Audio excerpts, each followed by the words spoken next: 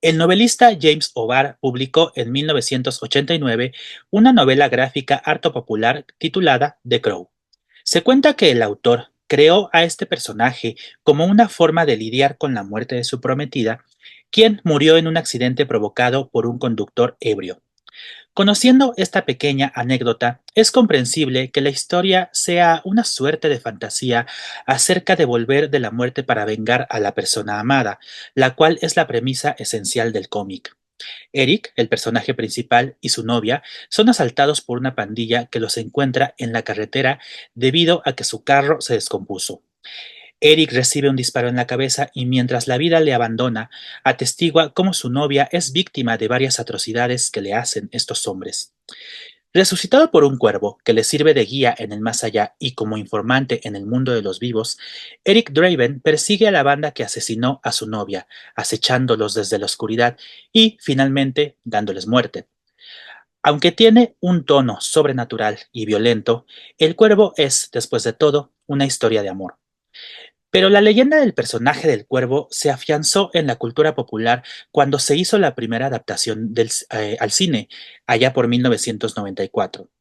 Alex Proyas dirigió esta adaptación que fue protagonizada por Brandon Lee, cuyo destino también es ampliamente conocido, pues murió filmando la película debido a una bala que no era de salva. Creo que a la fecha nadie se cuestiona si esa película en realidad es buena o mala, porque es legendaria, es casi un mito, y como sabemos, a los mitos no se les toca. Es por eso que The Crow, la nueva adaptación de 2024 dirigida por Rupert Sanders, no tiene las cosas fáciles. Llega a pisar un terreno peligroso, poblado por legiones de fans que idolatran tanto a la película como al material original, y además de haber atravesado por el development hell o infierno de producción que es frecuente en Hollywood. Es decir, al menos desde el año 2008 se habían anunciado planes de una nueva versión del personaje, cuyo proyecto pasó por varias manos, incluidas las del actor Stephen Norrington, el director Juan Carlos Fresnadillo, los actores Bradley Cooper y Mark Wahlberg, e incluso The Weinstein Company estuvo involucrada en algún momento. Finalmente, el estreno, que estaba preparado para junio de 2024, se pospuso todavía unos meses, hasta septiembre, lo cual las audiencias no tomaron como buena señal y, en efecto, a la película le ha ido mal en recepción crítica y taquilla. Los principales argumentos se refieren a que la original es la mejor y que no debería haber otra. Mismo argumento que podemos escuchar de cualquier otra película o cualquier otro remake. Por ello, esta es la oportunidad para hablar de la película en sí misma y problematizar el porqué de la presencia del remake en Hollywood. What's the first thing you liked about me? Thought that you were quite brilliantly broken. You feel like my person? You feel like my person. What's the worst thing you've ever done? I saw things. I shouldn't have seen any of it. Julie! Julie! Please don't do this! En esta nueva adaptación, Bill Skarsgård, un actor que por lo visto no le tiene miedo a nada y eso es bueno, encarna a Eric Draven, cuyo pasado tormentoso incluye el abandono de una madre que luego se nos sugiere que él mismo la asesinó, y una fuerte adicción a las drogas. Estando en rehabilitación, conoce a Shelley, una pianista que se recluyó voluntariamente en el lugar, puesto que huye del agente Vincent Rogue, un agente artístico que hizo un pacto con el diablo, lo cual incluye darle almas jóvenes a cambio de la inmortalidad. Ambos jóvenes se enamoran y huyen de la rehabilitación, pero eventualmente la gente de Rogue los encuentra y asesina. Creyéndolo muerto, dejan a Eric, pero este revive gracias a la acción de un cuervo y de un guía espiritual que se encuentra en un lugar que suponemos es el limbo. La venganza es ahora su nuevo motor, y su poder incluye el no sentir dolor corporal, pues los sentimientos sí se quedan con él. Vaya, con algunos cambios, la premisa es la del cómic original, fuente que retoman para la adaptación. Es decir, que este no es estrictamente un remake de la película de 1994, puesto que Zach Bailey, el guionista, recurre a la novela gráfica. Entonces, en primer lugar, la podemos considerar como una traducción del material gráfico hacia el lenguaje del cine, tomando como referencia otros iconos que no son los presentados por el filme de Alex Proyas, incluyendo el maquillaje del personaje y la vestimenta. Añaden, además, al personaje de Vincent Rogue, que hasta donde sé no aparece en los cómics, lo cual, y vaya, este personaje le añade el componente sobrenatural, aunque no es que la historia no tuviera ese componente. Es una historia sobre el regreso de la muerte, de modo que hace sentido que se juegue con los conceptos del cielo y el infierno, el limbo y los pactos con el diablo. Nada nuevo, pero siempre son interesantes. When someone dies, a crow carries their soul to the land of the dead. But sometimes something so bad happens that the soul cannot rest. No obstante, las impresiones que se pueden leer en Internet acerca del filme se reducen a la comparación de la película ni siquiera con la novela gráfica, sino con la película estelarizada por Brandon Lee. Surgen entonces dos preguntas. ¿Por qué Hollywood no puede dejar en paz a las películas de culto?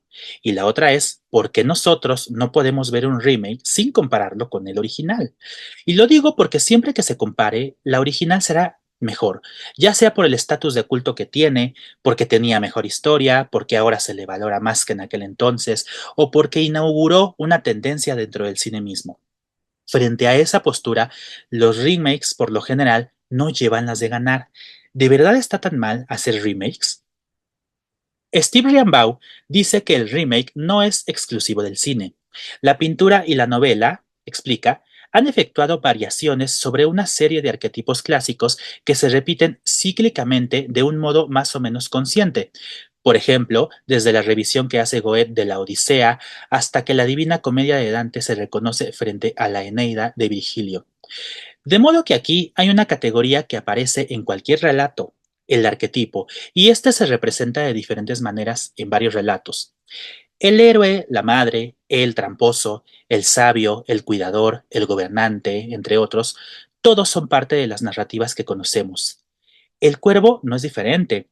Es un amante afligido, aquel que no se realiza en el amor y por tanto le queda la venganza. Eso, paradójicamente, lo convierte en héroe, pues sus acciones son justificadas porque fue víctima de un mal mayor, y esto se observa en la nueva entrega.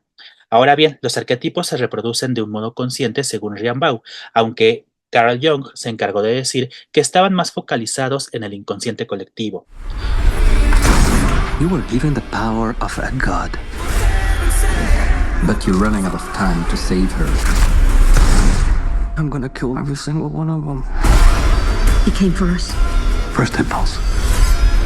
Anger. It's not anger. It's love. Si lo analizamos bien, El Cuervo, la historia original, se puede leer como un espejo del mito de Orfeo, hijo de Apolo, que tocaba la lira y con ello calmaba las almas de los hombres. Su esposa, Eurídice, fue mordida por una serpiente mientras huía de Aristeo, aunque, ojo, en algunas versiones se maneja que sucedió mientras paseaba con Orfeo. Él, que no se resigna a la pérdida de su gran amor, desciende al inframundo motivado por las ninfas. En el camino, logra dormir al cancerbero con su música para luego ablandar los corazones de Hades y Perséfone, quienes le permiten a Eurídice volver. No obstante, al llegar a la superficie, ella se desvanece en el aire debido a un error que comete Orfeo. Esto es lo que se observa en El Cuervo y nos permite interpretar la nueva versión no como un remake, sino como una reescritura o traducción intersemiótica, o bien, en términos más del cine, una readaptación, que nada tiene que ver con hacer un remake directo, como lo fue, por ejemplo, la versión de 1999 de Psicosis, dirigida por Gus Van Sant. En esta lectura, a través del mito, en El Cuervo de Rupert Sanders, Eric es Orfeo y Shelley es la amada que muere trágicamente mientras ellos pasean, justo como le sucede a Eurídice. El cuervo que reanima a Eric es el émulo de las ninfas y en el caso del guía espiritual resulta que este se llama Cronos. Por tanto, la historia del regreso de la muerte en esta versión de 2024 es en realidad una en la que el tiempo se modifica. Cronos, sabemos, es el dios del tiempo confinado al Tártaro, que aquí en la película se transfigura como el Limbo.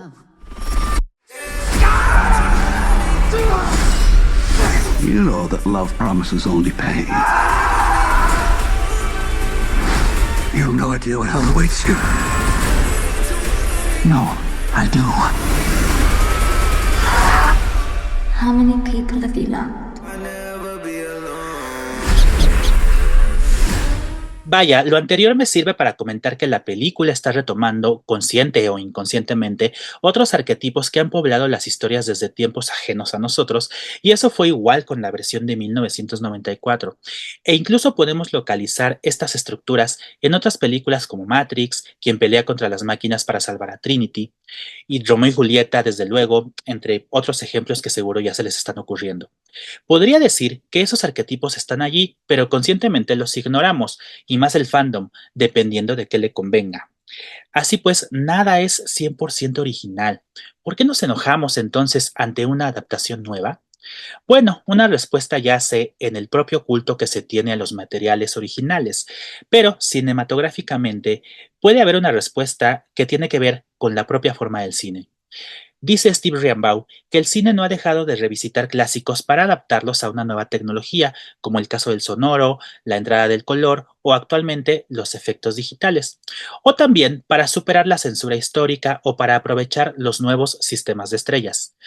Bill Skarsgård proviene de una familia de actores y es un talento que, independientemente de la película, sale bien librado porque no teme al ridículo y está todo de sí en la actuación. Lo malo de El Cuervo de 2024 no es él ni la historia, creo más bien es la forma, lo cual incluye a la imagen y al guión. Para ser de gran presupuesto, su arquitectura gótica no luce porque se toma su tiempo en detallar la historia de amor y poco en retomar la venganza y por tanto en detallar también los escenarios en los que se trabajó en el diseño de producción. Los efectos visuales parecen de inicios de los 2000, por tanto no pareciera una película contemporánea en términos de tecnología actual. E incluso si ese no es el objetivo, los efectos prácticos no nos resultan inverosímiles y el montaje no es nada rítmico, por tanto le quita emoción a la película. Aún así, una de las secuencias finales en las que Eric enfrenta a los guaruras de Draven en un evento de ópera es lo suficientemente sangrienta y llena de acción como para satisfacer a quienes desean ver esos motivos, aunque sí se tarda en llegar.